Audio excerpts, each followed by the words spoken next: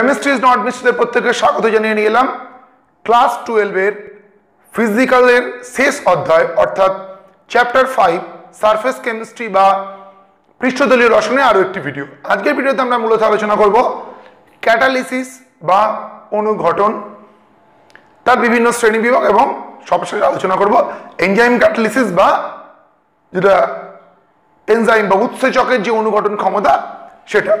আজকে ভিডিওটি কিন্তু খুব ইন্টারেস্টিং এবং নলেজেবল হবে, আশা রাখবো তোমরা ভিডিওটি সম্পূর্ণ শেষ পর্যন্ত দেখবে। সেই আশা রেখে চলো আজকে ভিডিও শুরু করছি। সঙ্গে বলে রাখি এই ভিডিও ডেসক্রিপশনে দেওয়া থাকবে আমাদের ফেসবুক পেজের লিঙ্ক এবং ক্লাস 12 এর অন্যান্য সকল ভিডিওর লিঙ্ক। চলো এই ভিডিও শুরু করা যাক। তাহলে আমরা প্রথমেই জানবো হচ্ছে অনুঘটক কাকে বলে। তোমরা অনেক ছোটবেলা থেকে পড়ছো অনুঘটক কাকে বলে।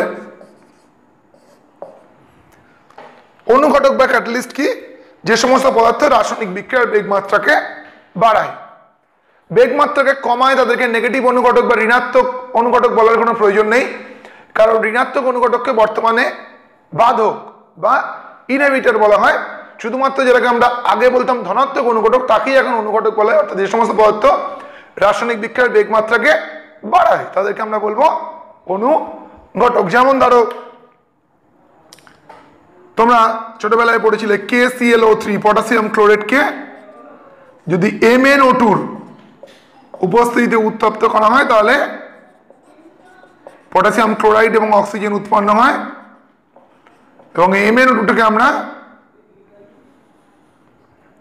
অবিকৃত অবস্থায় ফিরে পাই। অর্থাৎ এই MnO2টা যেমন দিয়েছিলাম তেমনই ফিরে আসে। সেই জন্য এটা কিন্তু একটা অনুঘটক বা ক্যাটালিস্ট। অর্থাৎ MnO2-র কোনো পরিবর্তন ঘটেনি। MnO2 কি ঘটেছে? শুধুমাত্র রাসায়নিক বিক্রিয়ার বেগটাকে বাড়িয়েছে। অর্থাৎ এই বিক্রিয়াটা হতে যে শক্তি লাগবে অর্থাৎ বিক্রিয়ার সক্রিয়করণ শক্তিকে কিছুটা হ্রাস করেছে হচ্ছে MnO2। এটাই কিন্তু অনুঘটকের কাজ। অর্থাৎ অনুঘটক কি করে? কোনো বিক্রিয়ার সক্রিয়করণ শক্তিকে হ্রাস করে করে সেই বিক্রিয়াটাকে হতে সাহায্য করে, ফলে অনুঘটকের উপস্থিতিতে কিন্তু বিক্রিয়াটা দ্রুত হয়। তাহলে এর উল্টো যেটা তাদের বলে বাধক বা ইনহিবিটর। বাধক বা ইনহিবিটর মানে কি? যারা রাসায়নিক বিক্রিয়ার বেগকে কমায়। যেমন ধরো H+ আয়নের উপস্থিতিতে হাইড্রোজেন পারঅক্সাইডের যে বিয়োজন বিক্রিয়া,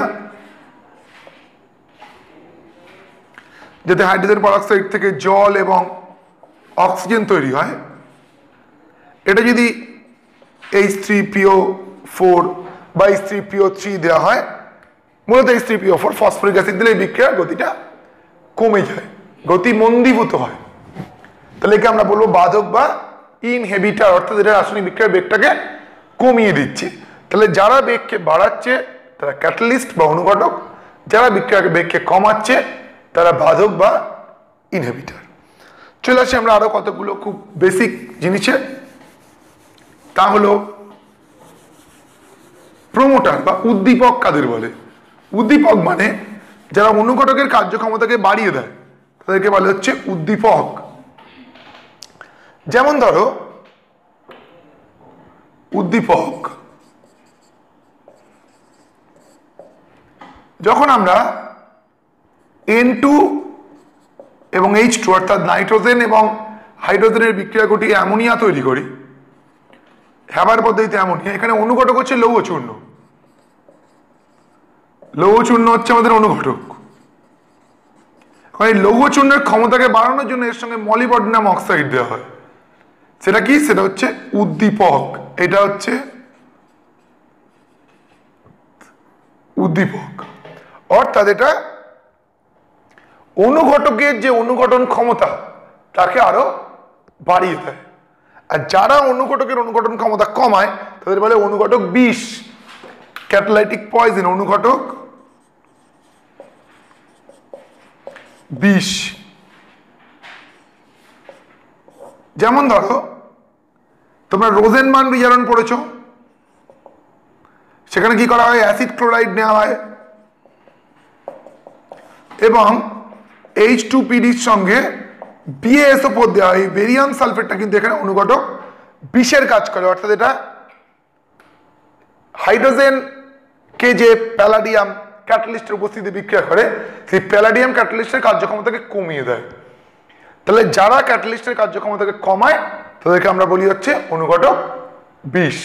তাহলে আমরা অনুঘটক, বাধক, উদ্দীপক এবং অনুঘটক বিষ এই চারটে ব্যাপার জেনে গেলাম। এবার আমাদের একটু অনুঘটকের বৈশিষ্ট্য সম্পর্কে জানতে হবে, যে অনুঘটকের কি কি ক্যারেক্টারিস্টিক্স বা বৈশিষ্ট্য রয়েছে। অনেকগুলো বৈশিষ্ট্য রয়েছে, তারপরে আমরা বুঝবো যে এখানে সারফেস কেমিস্ট্রির ভূমিকাটা কি, অর্থাৎ এই যে অনুঘটক এই ব্যাপারটা কেন আমরা সারফেস কেমিস্ট্রির মধ্যে পড়ছি সেটা আমরা তখন জানতে পারবো। তাহলে এবার আমরা অনুঘটকের বৈশিষ্ট্যগুলো জানবো। অনুঘটকের বৈশিষ্ট্য,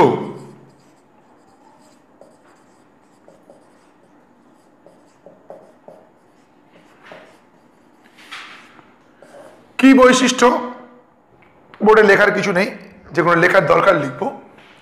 যেমন অনুঘটক বিক্রিয়া শুরুতে যেমন থাকে শেষেও অবিকৃত অবস্থায় থাকে, অর্থাৎ অনুঘটক কিন্তু মূল বিক্রিয়ার অংশ নেয় না। দ্বিতীয়ত ইউনিভার্সাল ক্যাটালিস্ট বা সর্বজনীন অনুঘটক বলে কিছু হয় না। এমন কোনো পদার্থ নেই যা পৃথিবীর সব বিক্রিয়াতে অনুঘটক হিসেবে কাজ করতে পারবে। এক একটা পার্টিকুলার সাবস্টেন্স এক একটা পার্টিকুলার বিক্রিয়াতে কিন্তু অনুঘটক হিসেবে কাজ করে।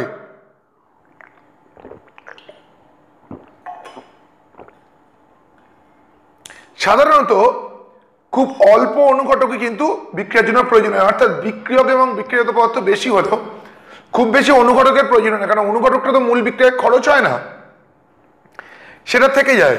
ফলে খুব বেশি মাত্রায় অনুঘটক কিন্তু আমাদের বিক্রিয়ায় দেওয়ার প্রয়োজন নেই। তারপর কি, তারপর হচ্ছে অনুঘটকের যে অনুঘটন ক্ষমতা তা কিন্তু রিয়াকশন টু রিয়াকশন ভ্যারি করবে, অর্থাৎ কোনো একটা পার্টিকুলার বিক্রিয়ায় অনুঘটক বদলে দিলে তার কিন্তু প্রোডাক্টও বদলে যেতে পারে। অর্থাৎ অনুঘটকের যে রোলটা স্পেসিফিক, কিন্তু মূলত অর্গানিক রিয়াকশনে কিরকম, ধরো একটা এক্সাম্পল দিলে বুঝতে পারবে। যেমন C2H5OH ইথানল। এখন এই যৌগটাকে আমরা যদি অ্যালুমিনা দিয়ে হিট করি তাহলে আমরা পাবো হচ্ছে ইথিলিন, অর্থাৎ ডিহাইড্রেশন হবে। আবার যদি এটাকে কপার দিয়ে আমরা হিট করি তখন কিন্তু ডিহাইড্রোজেনেশন হবে, তখন আমরা পাবো অ্যাসিটালডিহাইড। অর্থাৎ অনুঘটকের ওপরে কিন্তু বিক্রিয়া বদলে যাচ্ছে, অর্থাৎ অনুঘটকের সুনির্দিষ্টতা, একটা অনুঘটক একটা নির্দিষ্ট বিক্রিয়া ঘটাতেই কিন্তু সক্ষম। যদি আমরা অনুঘটক বদলে দিই তাহলে কিন্তু প্রোডাক্ট বদলে যাচ্ছে। অর্থাৎ এটা কিন্তু ইউনিভার্সাল অনুঘটক নয় যে সব প্রোডাক্ট তৈরি করতে পারবে। একটা পার্টিকুলার বিক্রিয়ার জন্য যেমন অ্যালুমিনা অনুঘটক, আর একটা বিক্রিয়ার জন্য অনুঘটক হচ্ছে কপার। আর কি, যে বিক্রিয়াটা হবেই না অনুঘটক কিন্তু তাকে ঘটাতে পারে না, অর্থাৎ অনুঘটক কোন রাসায়নিক বিক্রিয়াকে শুরু করতে পারে না। যে বিক্রিয়াটা হওয়ার, সেই বিক্রিয়া হওয়ার বেগটাকে বাড়াতে পারে। অর্থাৎ অনুঘটক একটা রাসায়নিক বিক্রিয়ার স্টার্ট এবং এন্ডকে চেঞ্জ করতে পারে না, তার ইন্টারমিডিয়েটকে বদল করতে পারে।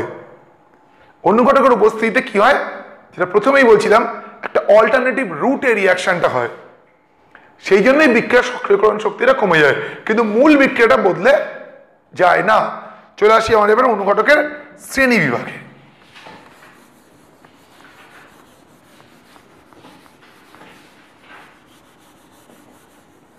অনুঘটকের শ্রেণী বিভাগ।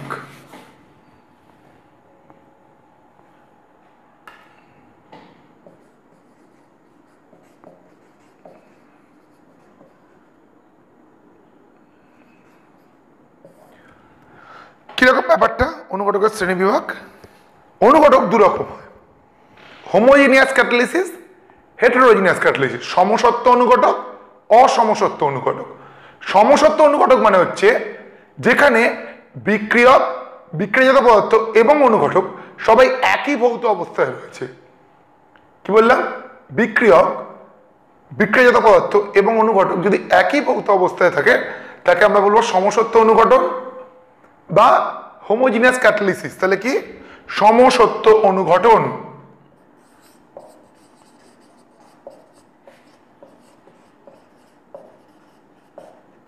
যেমন ধরো এস্টারের আদ্য বিশ্লেষণ। মিথাইল অ্যাসিডের এটা একটা এস্টার, এটার নাম কি মিথাইল, যদি আইইউপিএসি তে বলো তাহলে হবে মিথাইল ইথানোয়েট, আর না হলে মিথাইল অ্যাসিটেট সাধারণ নাম। এই যৌগটাকে যদি আমরা অ্যাসিডের উপস্থিতিতে আদ্য বিশ্লেষণ করি তাহলে আমরা কি পাবো? অ্যাসিডিক অ্যাসিড এবং মিথানল।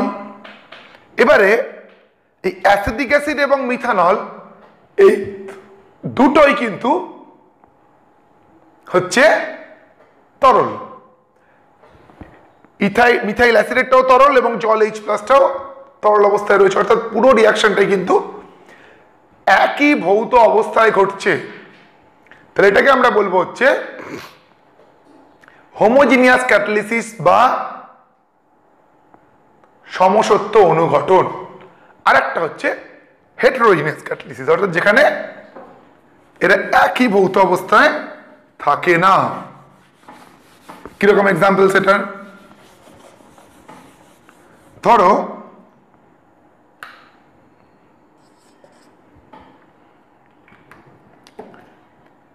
আমরা এই যে বিক্রিয়াটা করি, যে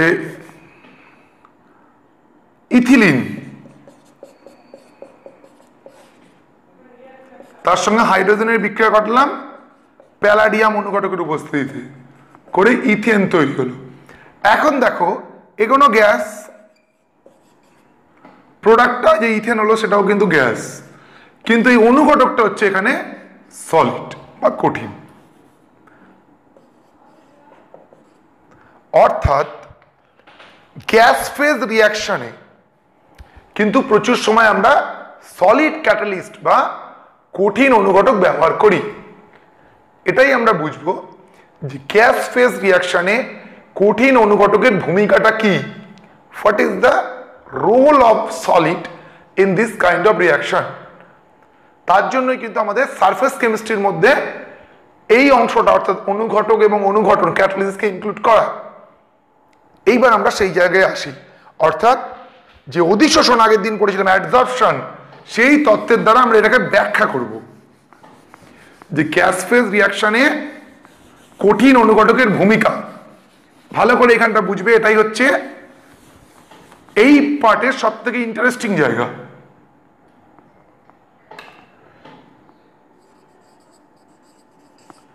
গ্যাসীয় দশার বিক্রিয়ায়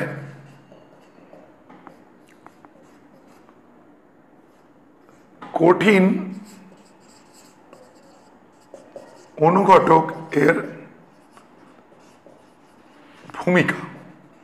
অর্থাৎ এখানে আমরা অধিশোষণ ব্যাপারটাতে কি হয়, সরি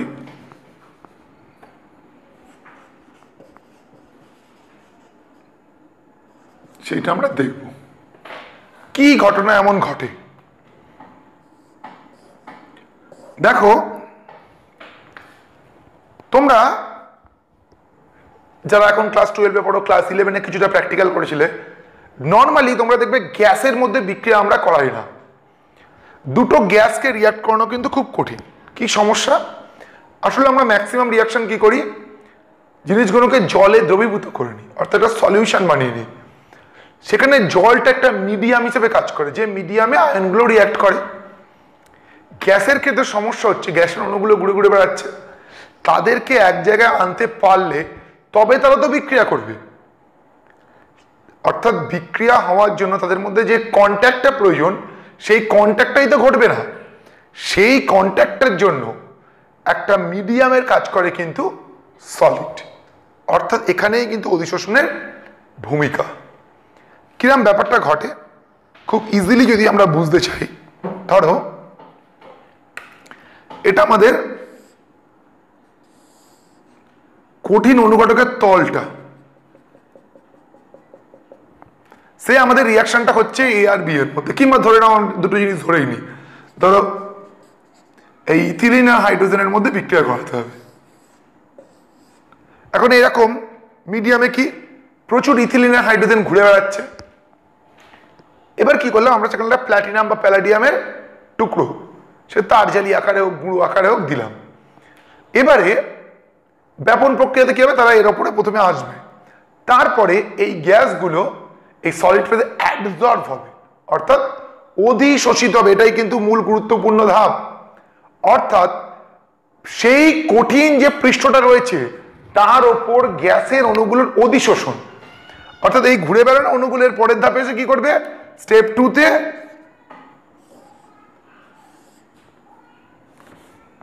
এই যে আমরা সলিড একটা ক্যাটালিটিক বেড সাপ্লাই করেছি, সেখানে এই অণুগুলো এরকম ভাবে অধিশোষিত হবে,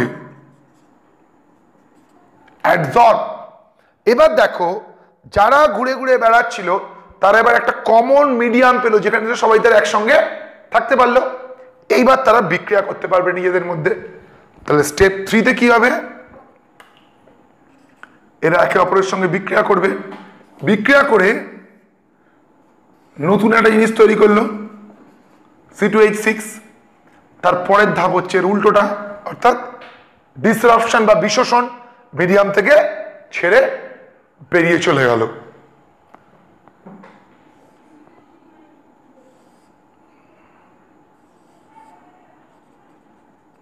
তাহলে এই বেডটা আবার ফাঁকা হলো, আবার নতুন অণু এসে তার মধ্যে অধিশোষিত হতে পারবে ইথিলিন এবং হাইড্রোজেনের। এটাই কিন্তু ক্যাটালিসিস্টের রোল। অর্থাৎ এই যে হেটেরোজিনিয়াস ক্যাটালিসিস বা অসমসত্ব অনুঘটন, সেই অসমসত্ব অনুঘটনের ক্ষেত্রে সলিডের ক্ষেত্রে, অর্থাৎ সলিড কেন এখানে আমরা ইউজ করব, কারণ সেই সলিড সারফেসে গ্যাসের মলিকিউলগুলো অ্যাবজর্ব বা অধিশোষিত হতে পারবে। এবার আমরা তাহলে কঠিন ক্যাটালিস্টের কতগুলো বৈশিষ্ট্য দেখব।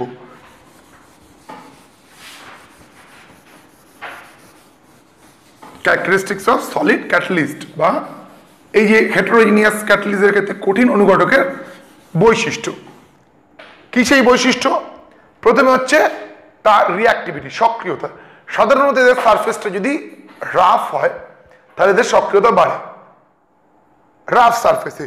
সেই জন্য আমরা কি করি, অধিক পৃষ্ঠতল তৈরি করার চেষ্টা করি, গুঁড়ো করে দিই। ওপরটার মধ্যে অনেক সময় এমন একটা লেয়ার ইউজ করা হয় যে লেয়ারটা হচ্ছে রাফ, তাতে করে বিক্রিয়ার বেগ বাড়ে।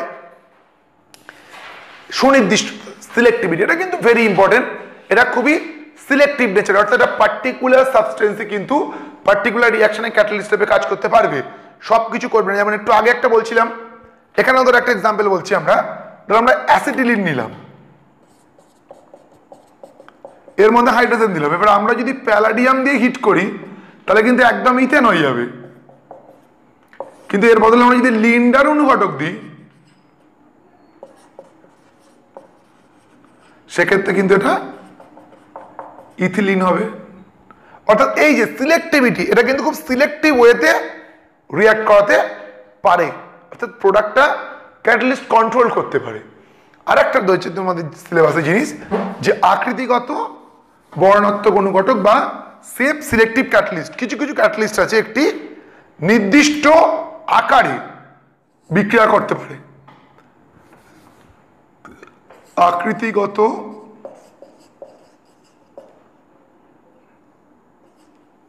বর্ণাত্মক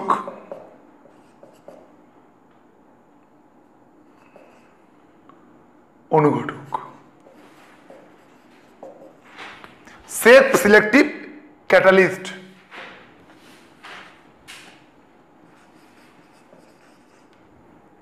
কিরকম জিনিস, যেমন ধরো জিওলাইট। জিওলাইট মূলত অ্যালুমিনিয়ামের একটা যৌগ, অ্যালুমিনিয়াম আর সিলিকনের। জিওলাইট একটা বিশেষ স্ট্রাকচার, হানিকম স্ট্রাকচার, অর্থাৎ যখন মৌমাছির যে কুঠুরি হয় মৌচাকের তার মতো আকারে থাকে তখন ভালো বিক্রিয়া করে, অন্য আকারে কিন্তু রিঅ্যাক্টিভিটি কমে যায়। সেই জন্য তাকে আমরা বলি আকৃতিগত বর্ণাত্মক অনুঘটক, সেফ সিলেক্টিভ ক্যাটালিস্ট। তাহলে এগুলো মোটামুটি গেল সলিড ক্যাটালিস্টের কি টাইপ, তার কি ভূমিকা, সেগুলো আমরা আজকে ভিডিও শেষ টপিকে চলে আসলাম, এনজাইম ক্যাটালিসিস বা উৎসেচক। এনজাইম ক্যাটালিসিস বলা ভালো, এনজাইম অনুঘটন, এনজাইমকে বাংলায় বলে উৎসেচক। এনজাইম অনুঘটন। এই অধ্যায়টা এমনি তোমাদের কিন্তু খুব সহজ, এখানে কোনো রকম প্রুফ নেই, মানে ডেরিভেশন নেই, অঙ্ক নেই, খুব ইজি একটা চ্যাপ্টার, ব্যাপারগুলো খুব ইজি, একটু আলোচনা করলেই বুঝে যাওয়া যায়। তাহলে এনজাইম কি? এনজাইম হচ্ছে জৈব ক্যাটালিস্ট, অর্থাৎ আমাদের বিভিন্ন উদ্ভিদ এবং প্রাণীর শরীরে এনজাইম থাকে, শরীরের যে শারীরবৃত্তীয় প্রক্রিয়া সেই জৈবিক বিক্রিয়াগুলোকে নিয়ন্ত্রণ করে, তাদেরকে আমরা বলি এনজাইম বা উৎসেচক। যেমন ধরো আমরা জানি কি ইস্টের শরীর থেকে জাইমেজ উৎসেচক করিত হয়, বা আমাদের পেটের মধ্যে বিভিন্ন প্রোটিওলাইটিক, অ্যামাইলোলাইটিক, লাইপোলাইটিক এনজাইম থাকে, যেগুলো কি করে মূলত ডাইজেশনে হেল্প করে। ডাইজেস্টিভ এনজাইম আমাদের, আমরা যে খাবার খাই তাকে হজম করতে সাহায্য করে। বিভিন্ন উৎসেচকের নাম তো তোমাদের যাদের বায়োলজি তারা এমনিই পড়েছো। আমি যেটা এখানে মূলত আলোচনা করবো এনজাইম ক্যাটালিস্টের বৈশিষ্ট্য কি, what is the characteristics of enzyme catalysis, অর্থাৎ যে অনুঘটক হিসেবে কাজ করতে পারে উৎসেচক, তার রোলটা কি, অন্যটার বৈশিষ্ট্যটা মূলত আলোচনা করব। প্রথমেই হচ্ছে একটা জিনিস বলে নি, এনজাইম যার উপর কাজ করে তাকে বলে হচ্ছে এনজাইমের সাবস্ট্রেট। প্রথমে এনজাইম বা অনুঘটকের, অনুঘটক বলার দরকার নেই, এনজাইমই বলবে, যদিও এটা অনুঘটক, জৈব অনুঘটক। এনজাইমের সক্রিয়তা বা কার্যকারিতা বলতে পারো।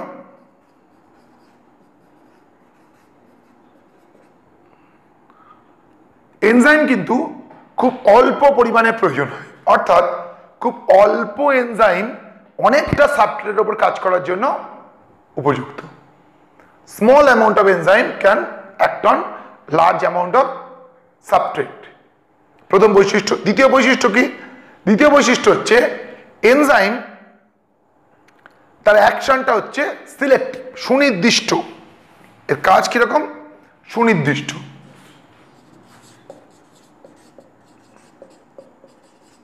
যেমন ধরো যেটা প্রোটিওলাইটিক এনজাইম সেটা প্রোটিনের ওপরেই কাজ করবে, যেটা অ্যামাইলোলাইটিক এনজাইম সেটা স্টার্চের ওপরেই কাজ করবে, মানে শ্বেতসার, যেটা লাইপোলাইটিক সেটা ফ্যাটের ওপরেই কাজ করবে। অর্থাৎ একটা বিশেষ এনজাইম কিন্তু একটা বিশেষ ধরনের বস্তুর ওপর, মানে বিশেষ ধরনের সাবস্ট্রেটের ওপর কাজ করতে সক্ষম। এই সুনির্দিষ্টটা মানে কি?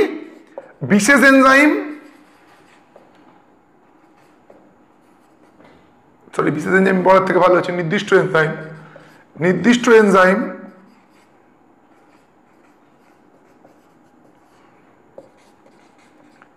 নির্দিষ্ট